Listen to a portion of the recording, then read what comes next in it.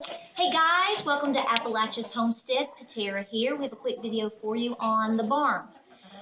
We thought we would do a quick video for you. We're out here today trying to clean the barn. And I thought it would be a good moment for me to take to show you real life in terms of a farm and a barn. I think a lot of times when we're on social media, we only see the really pretty side of everything. And that's just a glimpse in time, okay? When you see pictures of hens and herbs and canning and everybody's nesting and all this pretty stuff, which is wonderful, that's what we work for, that's not most of the majority of the time. So I thought while the barn was just downright nasty, I ain't gonna lie to you, we got a lot of work to do. And we're behind on our cleaning schedule because we had a homeschool co-op and we had Halloween and we went and visited some family, and then we got extremely cold weather. All of what I'm about to tell you that should have been done last Wednesday or Thursday. And I anticipated pushing it to Saturday if possible, which was yesterday, and the weather was so bad that we weren't even going to fuss with it. It's not that it was too cold per se, it's the fact that we have so much wind up here that I wasn't even going to subject the animals to trying to go outside. We did good to keep the doors shut on the barn. It was that heavy of wind. So we're working on that. Another latch on the door back there. That's on number one on the bucket list. But I just wanted to talk a few minutes about this because, like I said, we always show the barn after it's clean. You see pretty things of coops after they're pretty and clean. And I'm sorry, that's not real life. So, I mean, if you've got a small coop outside, 2 or 3 hens, you can get away a lot further and a lot longer without it getting totally crazy, gross, funky. But when you've got, 60-something chickens and goats and a dairy cow and all of this, you've got to hit the barn in terms of cleaning daily and weekly. So this is what happens when you fall short. And I'm guilty, so I'm sure I'll get scolded, but, this is what happens. All right, so when you come in, you can clearly see we have to rake every bit of this out. I mean, when I say every bit, I mean literally every single bit. This pile is being completely moved. We are bringing in a small coop right here. This is the front of the barn. So when you see the front entrance of our home, this is the front of the barn, okay? We are bringing in a coop here because if you can kind of see where the red is over in there and down here, and then over here, I have 2 broody hens on a collection of 16 eggs right now. So let's pray something works out with that. But I'm going to let them raise, at least the first batch, I'm going to let her raise the hens here. We're bringing in our small coop. It was my original coop.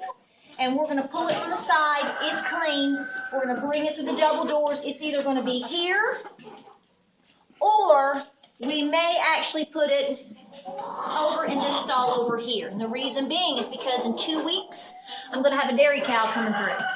So Belle is on her way. She is expecting. We are getting a dairy cow.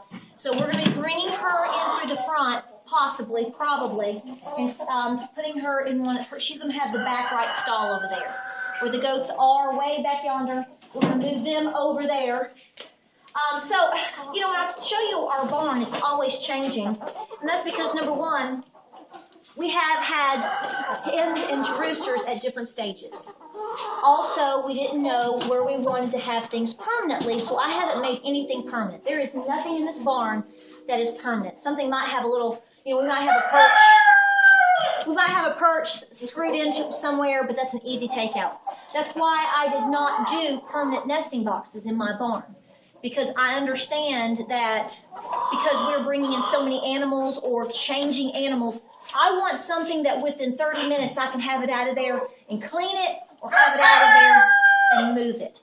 So this stall will likely remain as our nesting box stall, and I don't know how bad you don't have to move too much. This is really bad. This is going to be pulled out. Now, I cannot pull out everything completely. I'll pull out the separate units by themselves. We will pull all the lids off and wash them. The boxes that do not have, obviously, the broody hens in them right now, we will individually clean.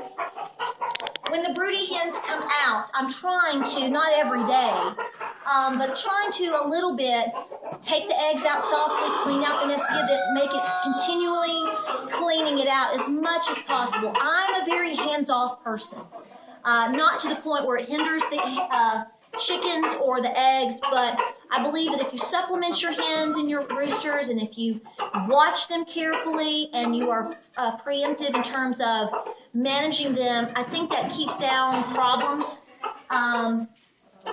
So I'm trying to keep down mites, because if you don't know, broody hens, the biggest deal besides lack of eating, which mine are not lack of eating, I don't know, I mean, they're not eating continually, but when they do come out, it's usually in the mornings, and they are going out for a good 45-minute stretch, eating and drinking and pooping, and they're doing everything. So my hens so far are doing very well brooding. I do tend to clean the nest, obviously, I think that helps. I keep water and food in here with them, and plus, you have to understand, we're in our barn. Probably, I would argue we check our barn at least a dozen times a day, if we're home.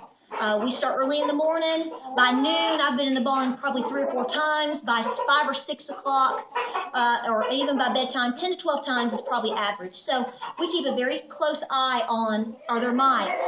Has an egg broken? You know, you just got to manage. That helps. So when we find a broken egg, we clean that nesting box. But again, this has gotten dirty. I mean, there's a lot of chicken poop, a lot of stuff going to the lasagna garden. The next stall, just kind of over here right now, is a free fall. I keep my, you can probably see the feeders are in there. These type of feeders, I'll show you one. Watch out, honey, I'm stealing your food. They're best to be hung, and that's what they're best for. We have not done that yet. We have not done that yet because we were like, well, why hang it and put things in if we're going to be moving it? So, again, things are temporary. So we need to shake them a lot, and I have little feeding stations. The next stall over here, which, you know, I'll just talk about, has been kind of like a nursery. We've kept, when we've had new babies and they've come out of the brooder, they've been locked in here. So there's been a lot of dust fading too in here. We've got a cage we've got to pull out. It's filthy. I'm going to pull that sucker out. We do keep at least 1, if not 2 hay bales in here, mainly for bedding. It's nice to have dry bedding, clean bedding. We keep DE all over in the barn. We apply DE at least once a week throughout the barn. Down here right now, I have my 4 red girls. We brought them from the coop. We were keeping them separate. They're not causing any problems, which is completely out of the ordinary. I think they've come into an element where they realize that they're not dominant. So they're very in their own little space right now, but in about 2 weeks, see, the goats are going to be over there, Belle's going to be over here, Life's going to be changing. And then, of course, the last stall is the goats. We are very particular, more so about the goat stall than anything. We have to pull everything out. We put down the line, put down DE and pine shavings, and then I start putting the bedding, which this bedding is about gone, as you can see. So, we have cobwebs. Beautiful cobwebs. This looks like a Halloween barn right now. So, I don't know how much you're seeing. I mean, you know, when they roost and you get a little poop on the wall and you get poop on here, and you know they're up in there, and there's probably 3 eggs somewhere in the loft. This is what it looks like. So I'm sure I'll be scolded for this, and I'm a little embarrassed, but this is what it looks like. So it'll probably take us a solid hour, hour and a half, 3 adult people to clean this, to get it to where we like it, of course, to where we want it. And but you know, I mean, it's just the way it is. You have to be willing to take the time. You have to be willing to do these things. And of course, as you can see, the ultimate nesting box has now turned into here. Am I bothering you?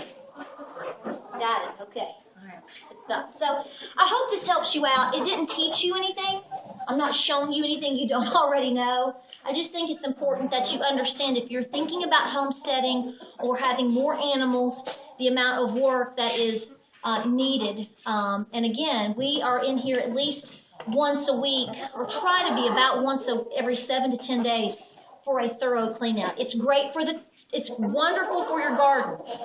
Great work for your children, and it obviously helps in managing your animals, but it has to be done. So that's really more what this is about. So I hope this helps you out. We'll talk to you soon. If you have any questions on any of this, And we'll get some more good video of the broody hens because they're really, really cool. Good. So y'all take care. We'll talk to you soon.